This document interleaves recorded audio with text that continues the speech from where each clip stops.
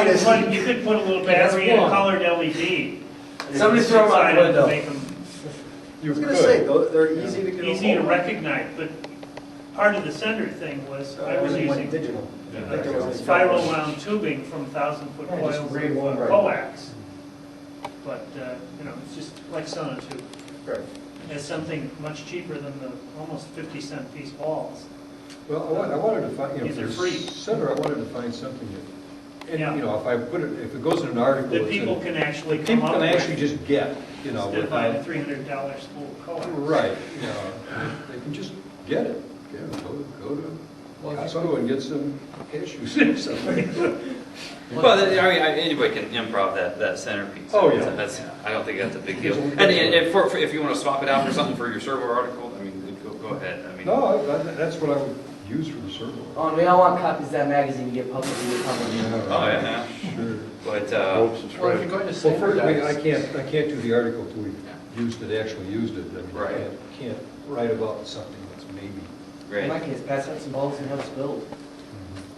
Question, are there any, do you have any competitions that have like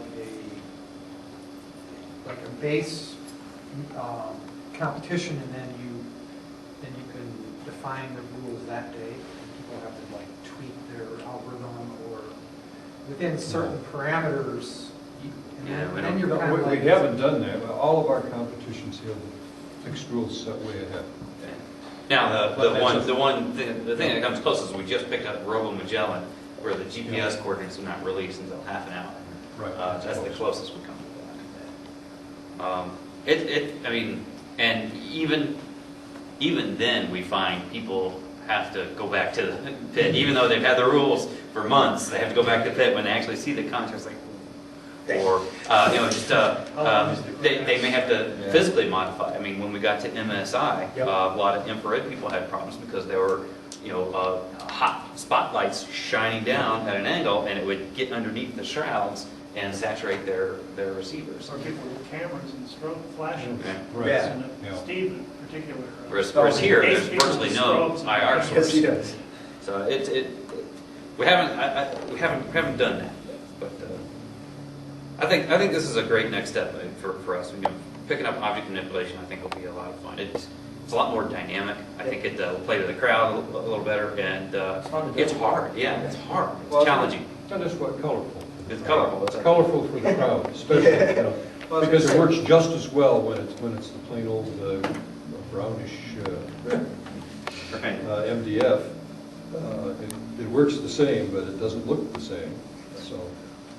Plus, it's to me, it's the next, it's another level above mini sumo. That's the competition I'm usually in.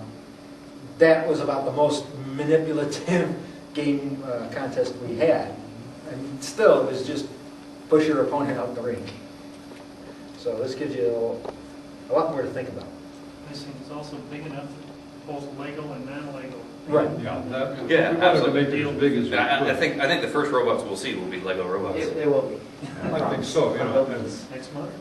This is made as When do you large. announce the rules? What? This is going to be for the fall. I hope we have a robot for fall. As a demo. I'm going to try something. Mine might just toss the balls around. So the question is, does anyone want to try this next meeting, October? You want to try it in September? Because if we're going to have it in October, it would be pretty nice. Yeah, to To give practice. it a shot, at least to do a demo kind of. Remember, it can be done in demo mode or it can be done in competition mode.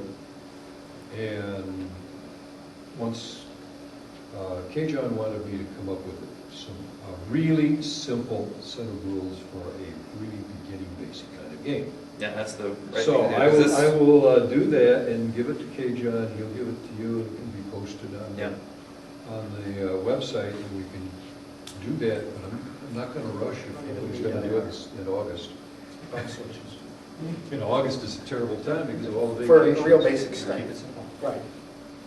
So if I hear two people here Keep saying, running around the I'll edge bring a of the wall. robot, we'll do it. Or at least I'll try. Once I turn it there, One. the switch opens, now I know to turn that way, dump the ball. Only hear one though. Are you trying? Well, yeah, no, I'm already working out basically, I'm gonna start as simple as I possibly can. I'm just gonna have like a contact switch. I'm gonna come along here, I'm always contacting with the switch. And, obviously there'll be bump switches down at the bottom, so it knows it's hit here. So it backs up, turns a little bit. Now, as it comes this way, it notices the side switch is open. So it knows, okay, I'm to an area where I can toss the ball. Okay, well, that's. Obviously, that's after I've collected. Right. The other part is that Eddie made this request, the center dividers be lower than the outside, and they happen to, and so that Lego could do it. Right. And this is 3 Lego bricks plus a hair difference between the center and the outside, just for people who play with Lego. Really? 3 bricks different. Oh, no, it's good. Okay, on purpose. And yet, it had to be dimensioned so you could cut out of 2 sheets of 2 by 4 quarter-inch Okay. MDF handy board, which you can buy at Home Depot and other places. And you could put your robot wherever you want to start. Yeah, wherever you want, but the balls will be set in particular locations depending on how many we're using. Will the robot have a particular start point?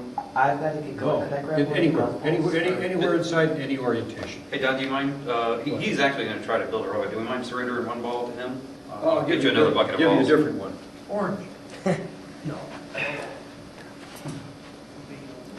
Thanks. Right. See you guys next month. Hopefully. Anybody else?